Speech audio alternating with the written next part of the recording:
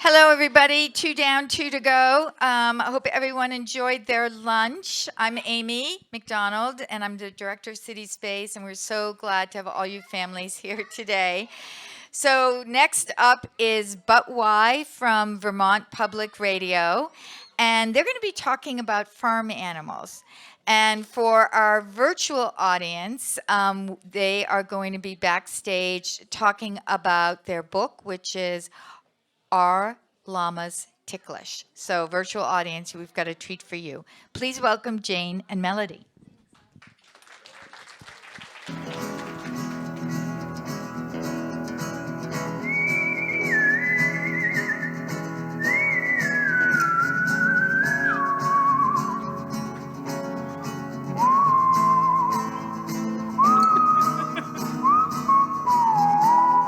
You recognize that? That is the But Why theme music, complete with the whistle. And I'm Jane Lindholm. I'm the host of But Why, a podcast for curious kids. And I'm Melody Bodetter. I'm the producer of But Why.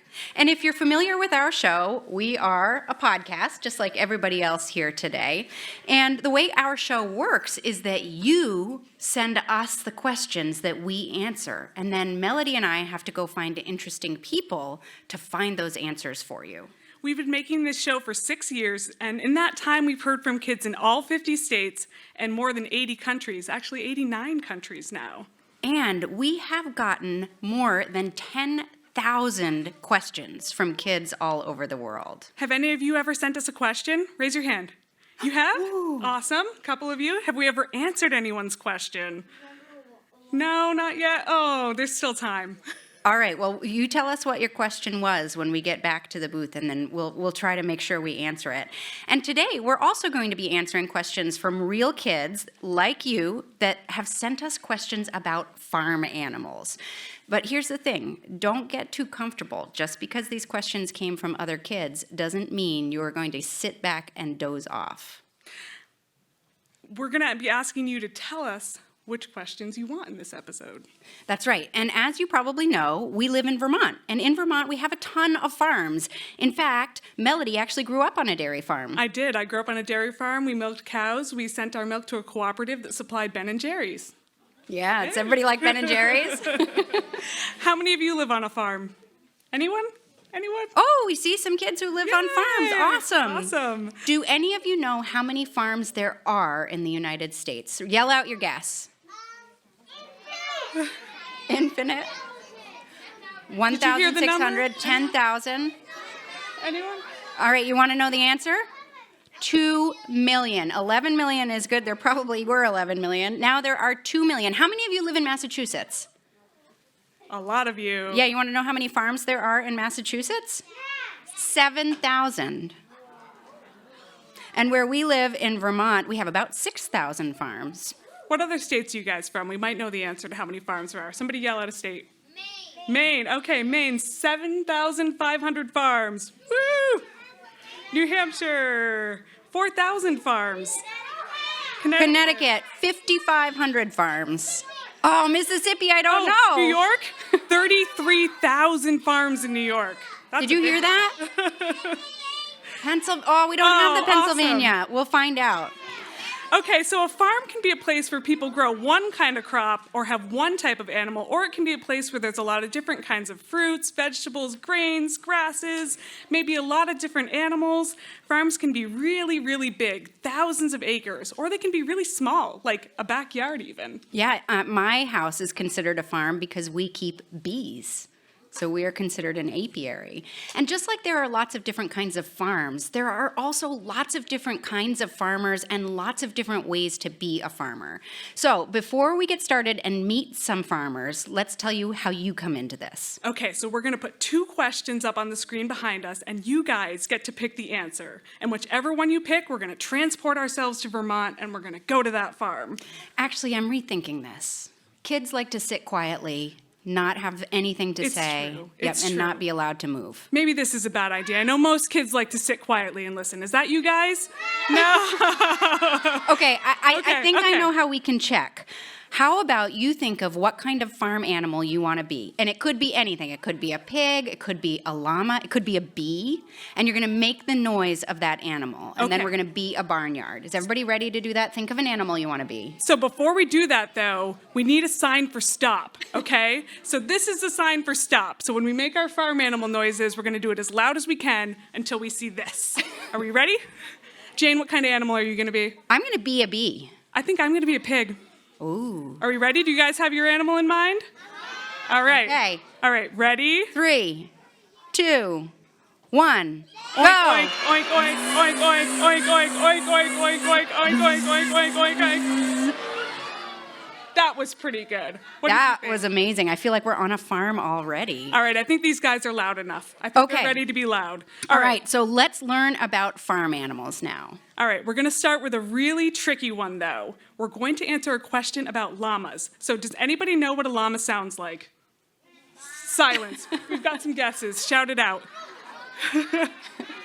Okay, so llamas kind of make a spitting noise like, but we're not going to do that because that's kind of gross. But we've learned that llamas hum when they're satisfied and happy. So can everyone practice your best hum? All right, I think they're pretty good. I think they're ready to go, Jane. Okay, All right. so what we're going to do is we're going to put 2 questions up on the screen about llamas, and we'll read them to you if you can't read. And then you get to pick which one we answer. And the way you're going to pick is by humming loudest. So you're going to hum for the question that you want. Okay, so here are our questions. The first one is, are llamas ticklish? And the second question is, how do llamas spit? All right, are we ready to hum? Do we know which one we want? All right, so who wants to hear how llamas spit? Ooh, that's a lot of humming. Okay, who wants to know, are llamas ticklish? I think it's pretty clear what won, Jane. I We think were- it was spit. No? No, it was definitely the ticklish. Okay, so let's learn, are llamas ticklish?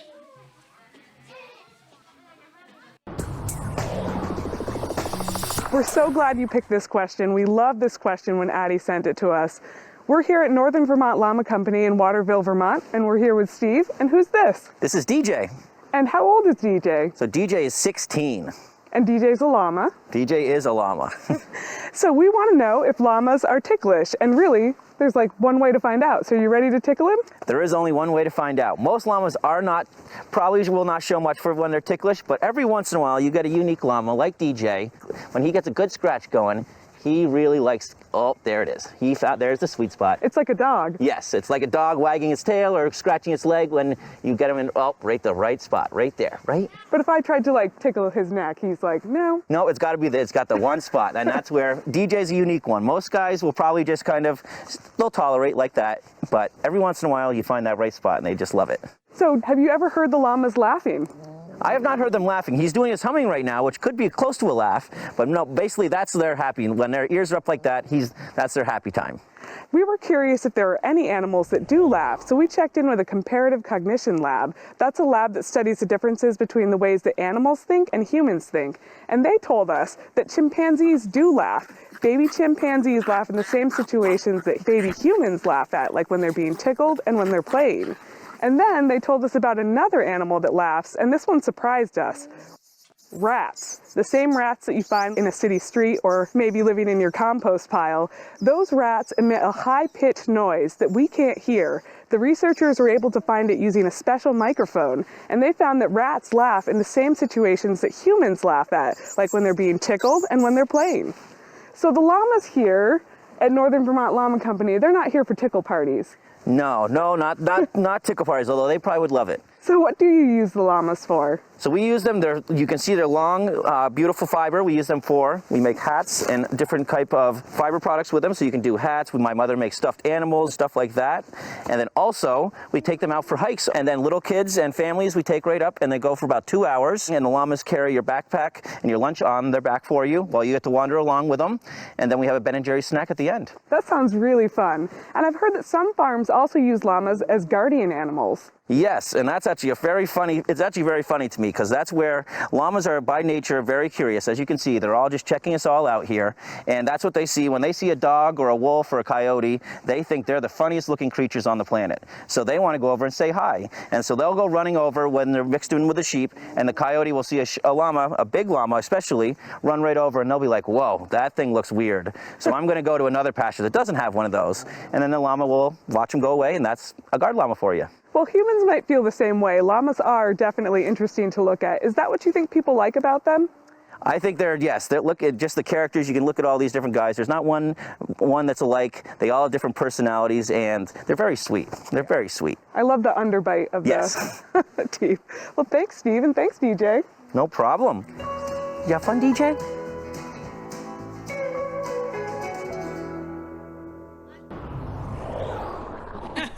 You could tell that was Melody? It was definitely me. It was Melody. You know, I thought that was pretty cool, but you want to know just a little bit about how to avoid having a llama spit on you if you're ever in that situation? Melody, you have almost been spit on one. I had a llama threaten to spit on me because I came up to it, it wasn't ready, but I saw that big, long, furry neck, and I really wanted to touch it, so I just reached out, and it gave that warning spit. But they're actually ruminants, and so they have multiple chambers of their stomachs like cows, and they can actually regurgitate stuff onto you.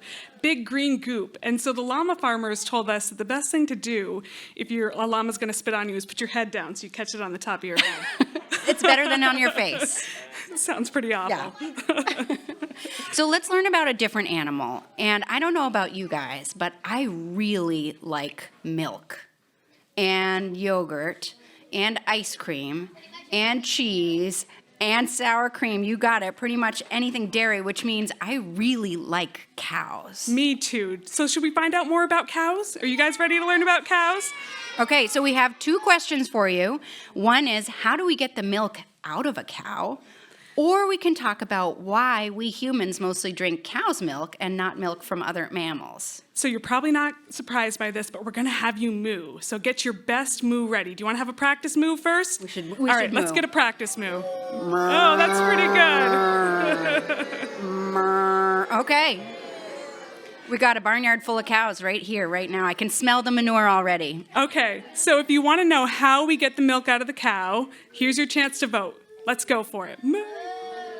Oh. Do you want to know why we drink cow's milk and not camel milk? Oh. That was overwhelming. I think we even know. close.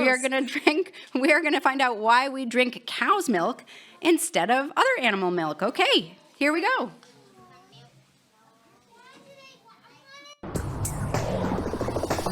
That's a really good question, and I thought you might choose that one, so I'm really glad you picked it because we're with a perfect person to talk to, at least about cow's milk, and then we can talk about other milk too. I'm here with Earl Ransom. Earl and his family run Strafford Organic Creamery in Strafford, Vermont, and we're also joined by America. Hi, America. She's not very talkative. She doesn't have much to say. What else do you do with your cow's milk? Because it's not just milk we drink. We make other things with it as well. So we do bottled milk, fluid milk, and we make ice cream, and we make chocolate milk, and half and half, and heavy cream. Some humans can't digest milk, and for most of human history, most humans couldn't digest milk. But way, way back in time, we developed an enzyme that allowed us to digest milk. And so humans started drinking milk beyond just when they're babies drinking from their parents. Here in the United States, we mostly drink cow's milk. And in fact, around the world, cow's milk accounts for most of the production of animal milk. But all mammals produce milk, and humans drink the milk of other animals, not just cows. In fact, more than 10% of the world's milk production comes from buffaloes, which are of course closely related to cows. But we also drink the milk of sheep and goats and camels. Not a lot of camel milk drunk in the United States, but in countries where there are camels, camels are milked and humans drink the milk. And of course, other animals produce milk as well. So Earl, Sure. you know people who've had the milk of other animals. Yeah, donkeys, horses, moose, and reindeer. I read an article about a family in Russia that milks moose and makes cheese, which is a very common use for a lot of milks. I think in the United States, cow's milk, about 25 to 30% of it is made into cheese. Many of the kids watching today have probably had cow's milk cheese, of course, but also goat's milk cheese is very popular and sheep's cheese. And a lot of other also cultured products, like yogurt, sour cream, are also made from milk. Well, thank you for telling us a little bit about milk, and thank you, America, for being patient.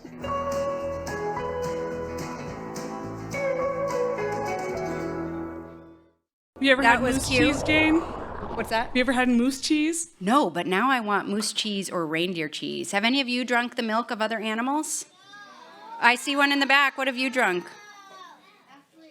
Ah. What have you drunk? Goat milk, yeah. And you? Goat milk? Lots of goat's milk and lots of goat's milk cheese. All right, are you ready for another animal and another choice? Okay. Actually, this time we're going to choose between two different animals, and one of them might come as a surprise because we don't really think of it as a farm animal. Does anyone have any guesses what it might be? Shout it out. A Pig?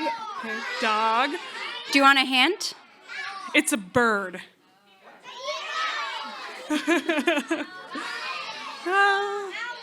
All right, let's relieve the mystery.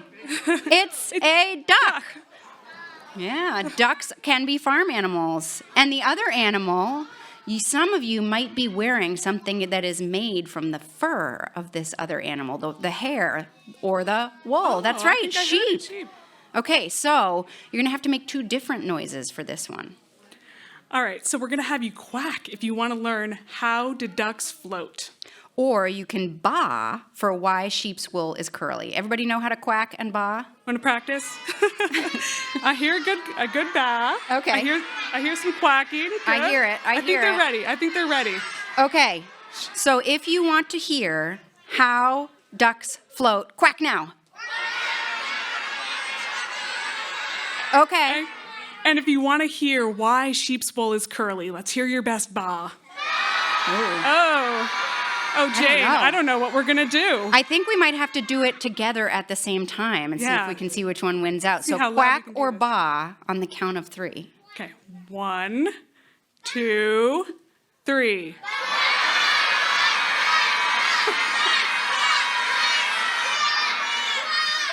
Should we rock, paper, scissors? I think we're going to have to rock, paper, scissors this. Because I really want sheep. And I really want ducks because I'm in that video. I'm in the sheep video. All right, here we go. Okay, here we go.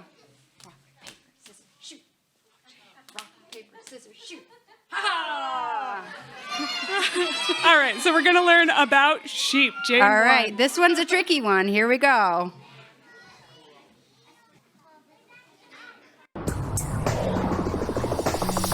I have to say, I was actually hoping you wouldn't choose this question because it's really hard and nobody actually knows the answer.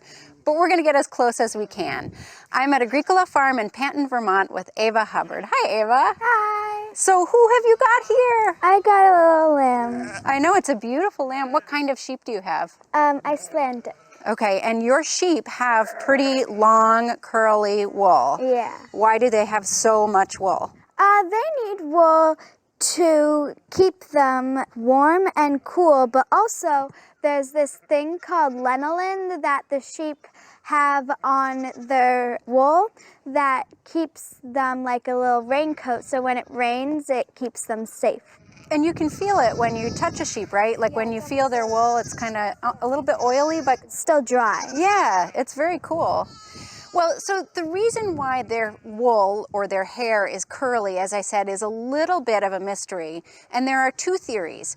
One theory is that inside a strand of hair, the cells divide at different rates. And so one side of the hair is tighter than the other because it has fewer cells, and the other side has more cells, and that results in a curl. The other theory is that there are actually two different kinds of cells inside of a strand of hair, and some of the cells are short cells and some of the cells are long cells. And so the side that lines up with the short cells is the inside of a curl. It's a little more complicated than that, and really nobody knows exactly, so let's just leave it at that. But let's talk a little bit more about the wool itself. What does it mean to shear a sheep? It means to cut off the wool of the sheep. It's kind of like shaving the Yeah, sheep, right? Or like a shaving. haircut. Haircut, yeah. And if you don't shear your sheep, their wool will just keep growing, right? And in some wild sheep, well, in some sheep that got wild, that were supposed to not be wild, they found the sheep had 50 or 100 pounds of extra wool, and that can be dangerous. Yeah. Does it hurt a sheep when it gets sheared? It will sometimes make it ticklish. Every sheep has a different tickle spot. Sometimes one's on the leg, or the butt, or the neck, but it doesn't hurt the sheep, only if you do it wrong.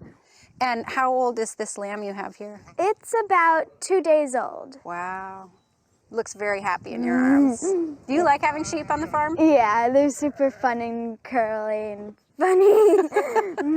Well, Ava, thank you for showing us your sheep and trying to help us understand why they have curly wool. I appreciate it. You're welcome. And thanks for choosing that head scratcher.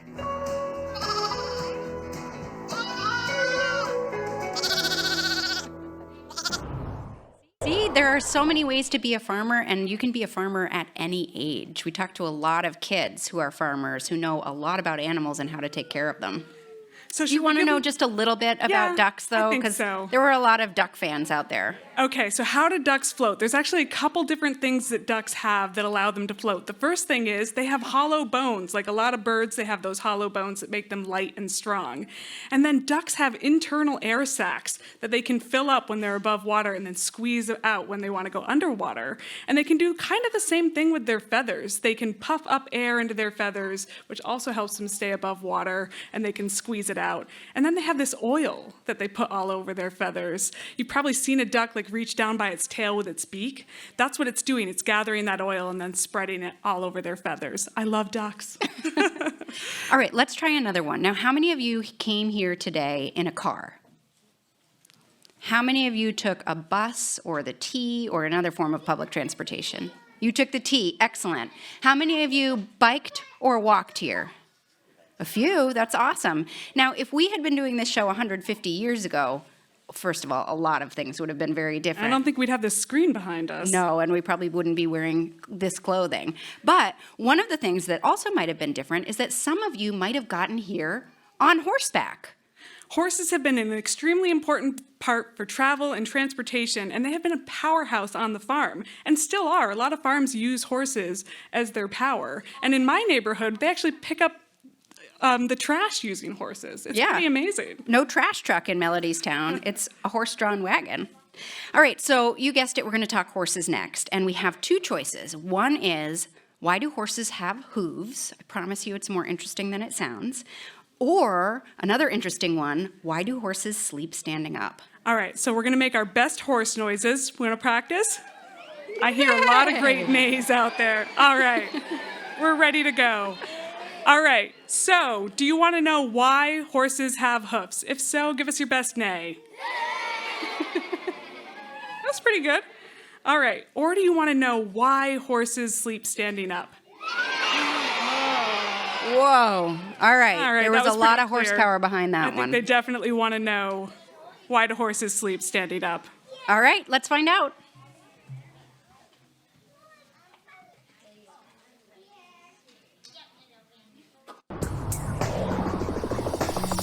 That's a great question. I mean, we don't sleep standing up, so it's kind of hard to imagine what it's like to be an animal that does sleep standing up. So let's get an answer here. And I'm in Heinsberg, Vermont with Harry Russell, who's grown up with horses. Hi, Harry. Hi Jane. Do you notice your horses dozing off in the pasture, sleeping standing up? Yes, I mean, if they're standing up, it's kind of hard to know if they're dozing or if they're just standing, relaxing, but yes. And horses do sleep lying down sometimes, right? They do, definitely. So why do you think a horse might sleep standing up instead of just lying down?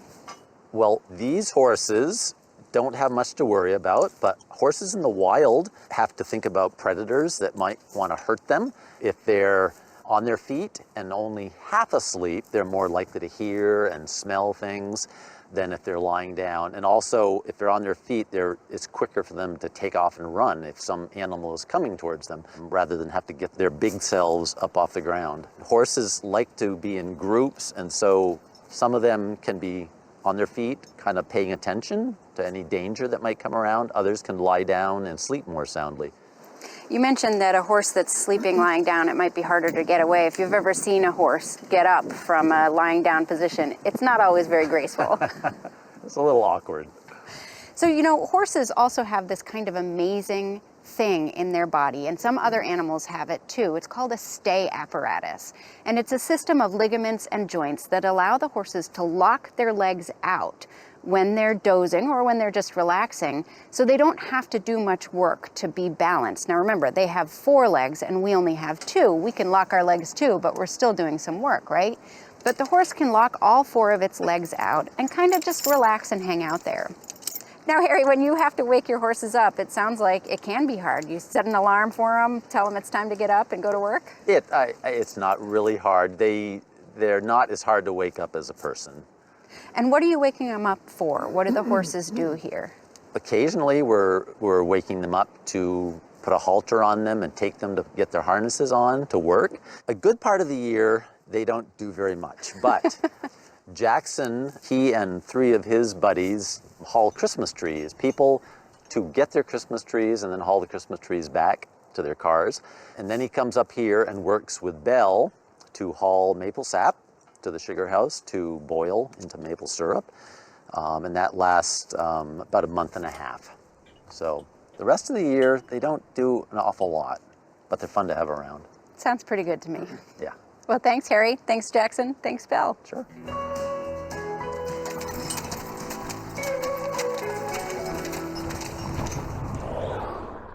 Do any of you like maple syrup?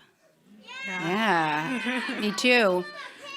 Yes, on pancakes, it's great. We make a lot of maple syrup in Vermont. So the next time you have Vermont maple syrup, you can know it might have been made with the help of horses. And Jane, you promised us that horse hooves were interesting. So do you want to give us your favorite horse hoof fact? Yeah, I'm going to give you one fact about horses, which is that horse hooves are kind of like the soles of the foot and the fingernails all combined. And the part that I love the best about a horse's hoof is a part called the frog. And it kind of looks a little bit like a frog, and it's like a shock absorber inside the foot of a horse. So you can learn a lot more about horse hooves. I promise it's interesting, and actually it's a big part of our book, but we'll tell you about that later.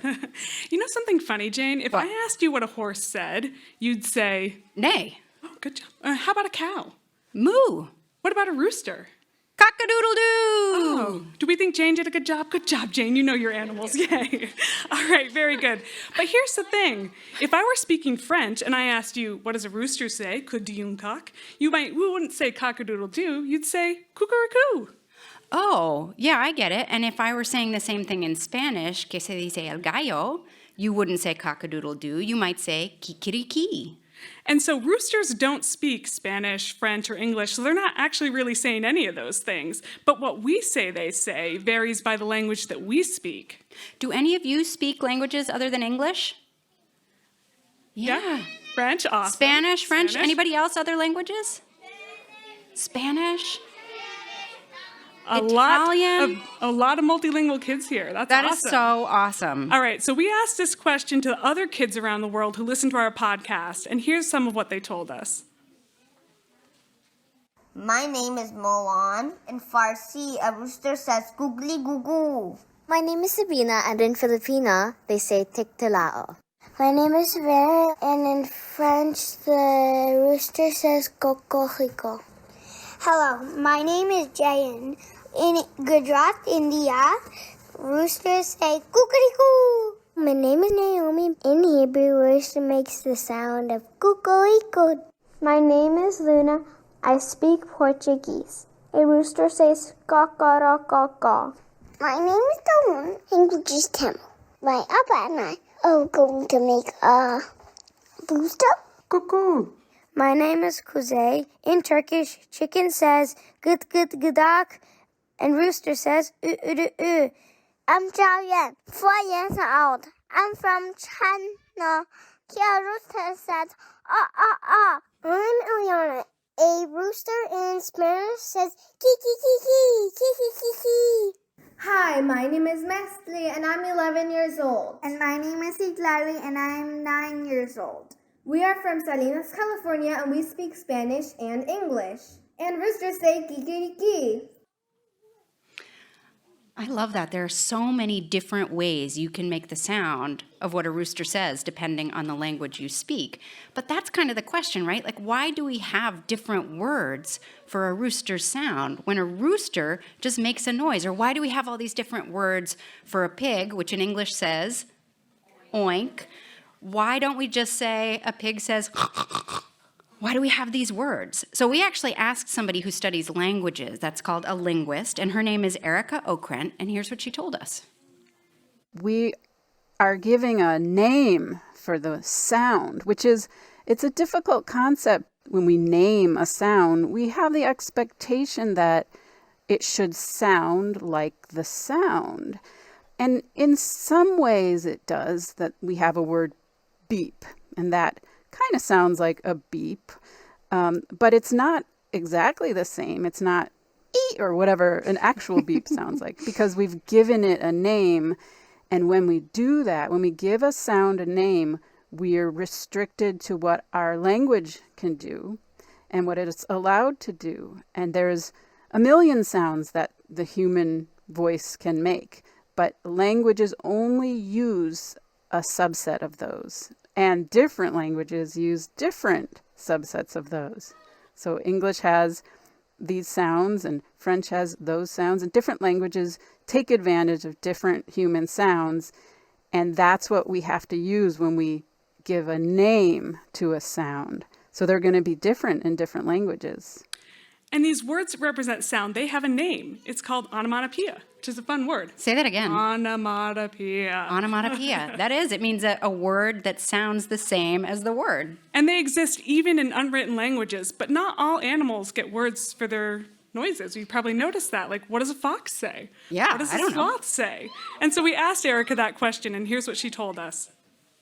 If the animal doesn't really have a cultural importance, then we don't really need a sound for the sound that it makes. So in Turkish, they don't have a pig sound because in the culture, the pig is not in farms and these sort of settings that children's books will be about or children's songs will be about, because it's just not an element of the culture. And we don't have sounds for, what sound does a sloth make? Or I don't know if they even make sounds. It's super interesting to hear about that. And I have an idea. I know all of you can be a barnyard because we already did that. But what if we tried to be an international barnyard? So if you speak another language, I want you to pick an animal, and you're going to make the noise for that animal in your other language. And if you don't speak another language, you can do it in English. Or you could pick one of the words that you heard for rooster in all those other languages. Or in Spanish, we might say a dog says guau guau. We could be any animal, really. You could be a frog or a dog or a cow or whatever. And you know what? I think these kids need a chance to move. I think they need a little bit of a you're right. break. Yeah. Does everybody want to stand up? All right. So we're going to actually act out what our animal would do. But we're in a small space, so you got to be careful of the people around you. Yeah, just because you're standing up and moving doesn't mean you're allowed to elbow your sibling or your adult who you're All right, so if you're ready, hop up, get your animal noise ready. What are you going to be, Melody? I think I learned from this episode that we were working on that in Mandarin, a dog says wong wong. Ooh, okay. I like, so I'm going to be a dog. I'm going to be different kinds of roosters. All right, ready? Everybody have your animal ready? Stand up if you're able and you want to. We're going to go in 3. 3, 2, 1. Wong, wong, wong, wong, wong, wong. Are you going to make your movement? Awesome. I'm a rooster, Movement? right? Awesome. Good job, everybody. Yay, well great. done. I couldn't think of how to act out a dog when I realized I'd picked that one. That's right, we forgot to act them out. All right, we just have a couple more animal questions for you, and I think we should talk about goats, because I think goats are fascinating animals, but they sometimes get a bad reputation for eating anything. But is that really true? Well, that's one of the questions that we could answer. Why do goats eat everything? And then the other question is about their really interesting eyes. So why do goats have square eyes? But before we get there, who knows what sound a goat makes? Shout it out. Yeah, it's kind of like a sheep. Yeah. Sometimes people say meh, sometimes they say bah, whatever you want to say. All right? So if you want to know why do goats eat everything? Okay. Okay, and who wants to know about goats' square eyes. Again, that's not even close. They No. really want to know about those goats' eyes. All right, we're going to hear about goats and square eyes.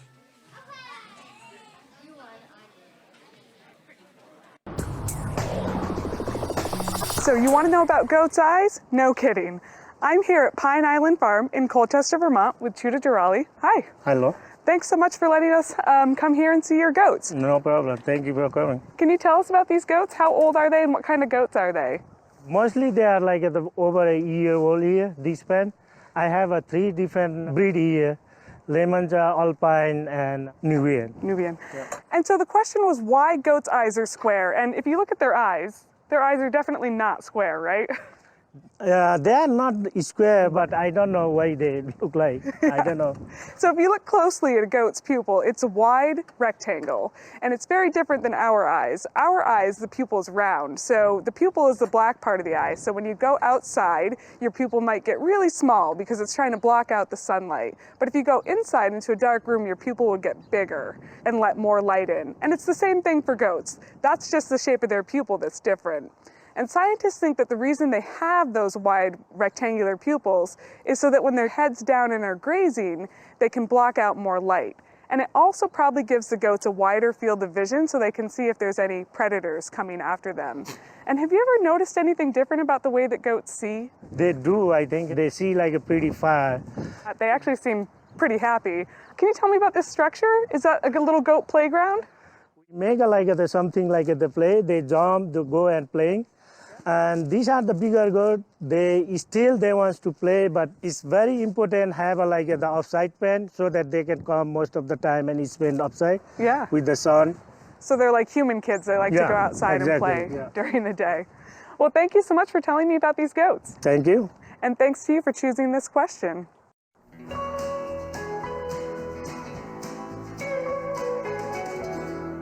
So the goat farmers that we talked to, they did want to clear something up about goats, and that is they don't actually eat anything. That's right. Goats are kind of picky eaters, so if anybody ever tells you you eat like a goat, you should just say thanks.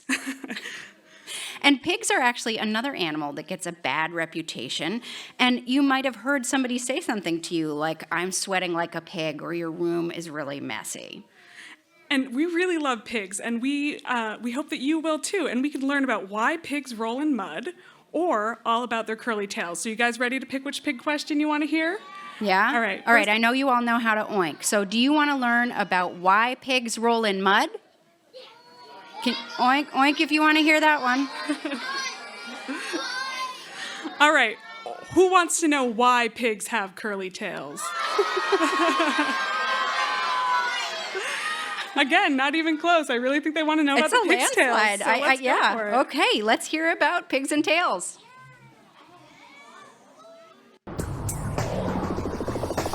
Hooray for pigtails! Good choice. And we came to a great choice to learn more about pigtails because there are a lot of pigs with tails right here in this pen where I am right now. I'm here in Panton, Vermont at Agricola Farm with Alessandra Arellini, and we are here to talk about pigs. Yes. How many pigs do you have? Well, right now it's about 120. We have between 120 and 200 every year. Hey, you And gotta they're let go. really joyful and they love to play. Yes, we didn't realize the pigs had never seen shoelaces, and they are really liking my boots.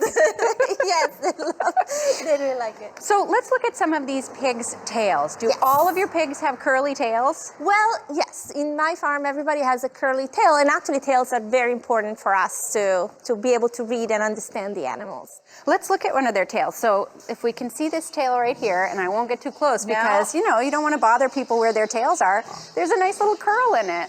Yes, and so that's a sign that the pig is happy.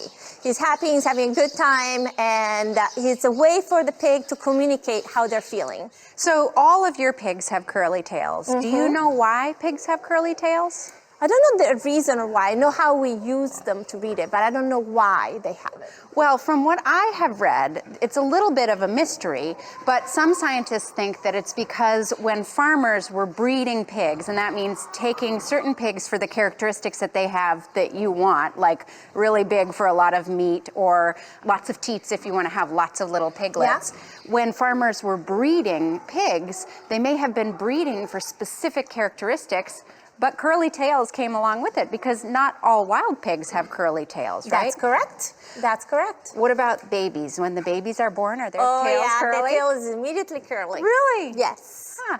Now, you said you could show us a pig that doesn't have a curly tail. All of your pigs have curly tails, so how do you do that?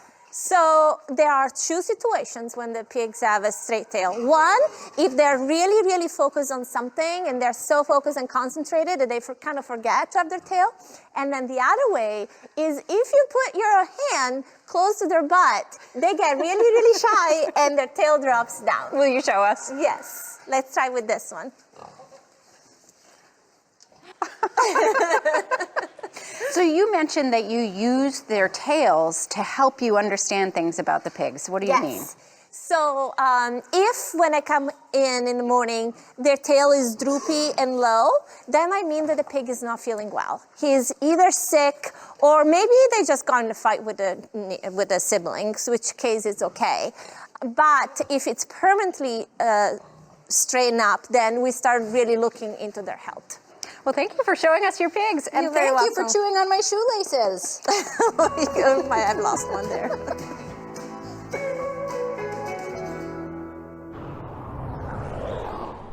I didn't lose a shoelace, but one of our videographers did. The pigs ate her shoelaces right out of her shoes.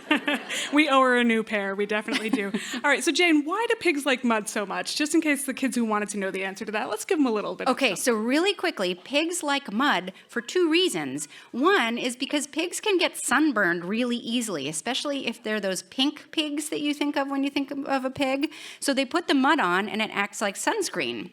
And the other reason is that even though there's an expression where we say sweating like a pig, pigs actually can't sweat. So they put on the mud because it cools them off. It's like having an air conditioner on your body. So it's sunscreen and air conditioning at the same time. That's pretty neat. All right, so we have one more animal to go, and it's actually my favorite animal. I think we say that about all of them. I know, but this one definitely is my favorite. It's chickens. Oh, why do you like chickens so much? I love chickens, and I think chickens are so amazing because they're a great beginner livestock animal. If you've never owned any sort of animal, chickens are so easy to take care of. You just got to feed them. They hardly ever need a vet, and you can keep chickens in a lot of places where you couldn't really have any other farm animals. So, including cities. So maybe think about a chicken. And if you want to get mad at somebody for encouraging your children to have chickens, Melody will be out in the lobby after this show, and you can talk to her directly. All right, so today we're going to choose between two chicken questions. The first is, how do chickens lay eggs? And the other is, why are some eggs brown and others are white? And you're going to have to cluck for your answer. I suppose you could cock-a-doodle-doo too if you'd rather, but you could cluck. Does everybody know how to make a chicken sound? That's pretty good. They're practiced. They're ready to go. Okay, so if you want, how do chickens lay eggs? Cluck now. That was pretty good. All right, so if you want to know why some eggs are white and some are brown, why are eggs different colors? Go. All right, Melody, I'm calling it. I think the egg colors won. It seems to be the second question always wins. I don't know what that's about. All right, here we go. All right.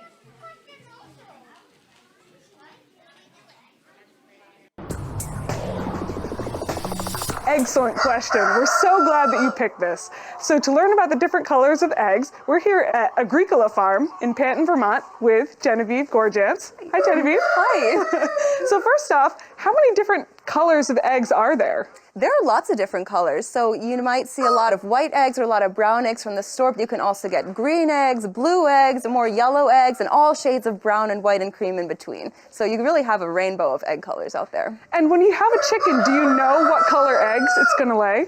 You can get pretty close. So a white chicken is more likely to lay a white egg. A darker chicken is going to lay a darker egg, but it is actually breed specific. These are two different eggs from our farm, and you can see the color difference. This one is quite light, almost white, and this one is brown, and it has some even darker brown specks on it. So these probably came from different chickens. That's correct, yeah.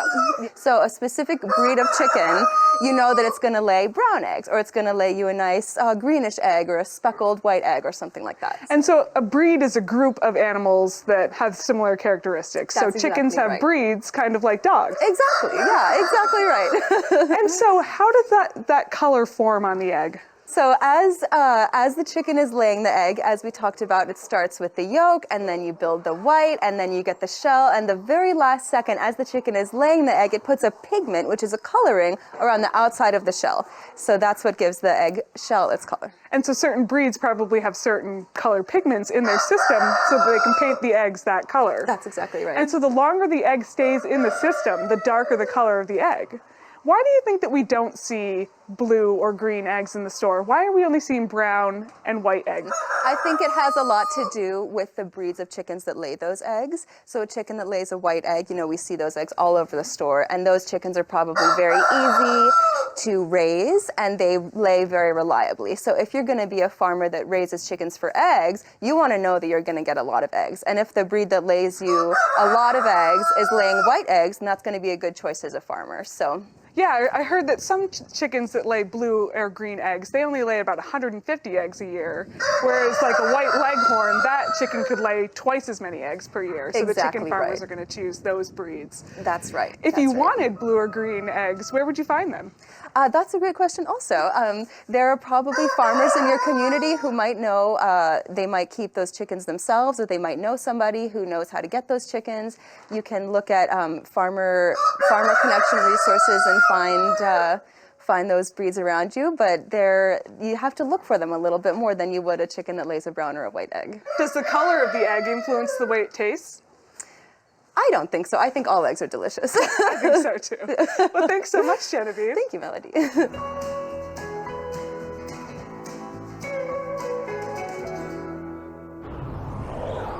Well, that was really fun, and I wish we could learn about farm animals all day, but we can't. However, if you'd like to learn more about farm animals, we have a farm animal book coming out soon.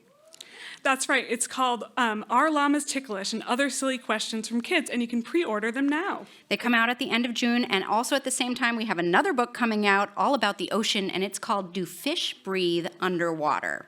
And if you don't already listen to our podcast, check it out. It's called But Why, a podcast for curious kids. And if any of you are teachers, we have learning guides available for all of our episodes as well as transcripts. And if you want to ask a question for our podcast, you can ask a question about anything. We talk about anything and everything that you want to know more about. And you can do it by having an adult record you asking a question and send that file to questions@butwhykids.org. And we'll be out at our table after this, and we can answer any questions you have. And we have a farm photo booth. You can take barnyard selfies. We also want to recognize over there in the booth, she's going to wave now, Kaylee Mumford, who made this presentation and made sure that the right video played, even if she wanted to answer a different question about the animals. And all the people on the screen behind us who helped make this presentation and help make But Why. Before we go, and before you get story pirates, should we just be at barnyard one more time? I think so. One more little barnyard cacophony would be good. I hear some All right, no's. so pick an animal. All right, we'll do it really quick. Pick your animal. Ready, set, go. Oink, oink, oink. You guys are a great barnyard. Thank you so much. Thank you so much. Bye, everybody.